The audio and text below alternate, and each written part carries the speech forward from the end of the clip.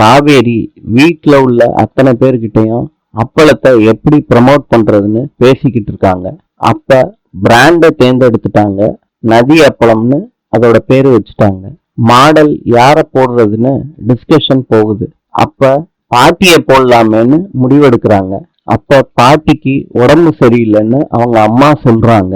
அதை கேட்டுட்டு வேற யாரையாவது நம்ம மாடலா போடலாமேன்னு காவேரி விஜய் வீட்டுக்கு போறாங்க. அப்ப தாத்தா உட்கார்ந்துகிட்டு இருக்காங்க. தாத்தாவை ஐஸ் வச்சு ஷூட்லாம் எடுக்கிறாங்க. தாத்தா என்னால முடியாது, யாராவது இளம் வயசு பையனா போடு விஜய் மாதிரின்னு சொல்லிட்டு போயிடுறாரு.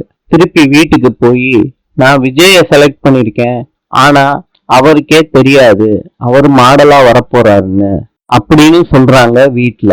சொல்லிட்டு நேரா விஜய் வீட்டுக்கு போறாங்க. விஜய் கிட்ட பேசுறாங்க. இப்ப ராகினி பாக்குறான்னு ரொம்ப க்ளோஸா பேசுறாங்க. ராகினி கடுப்பாறாங்க.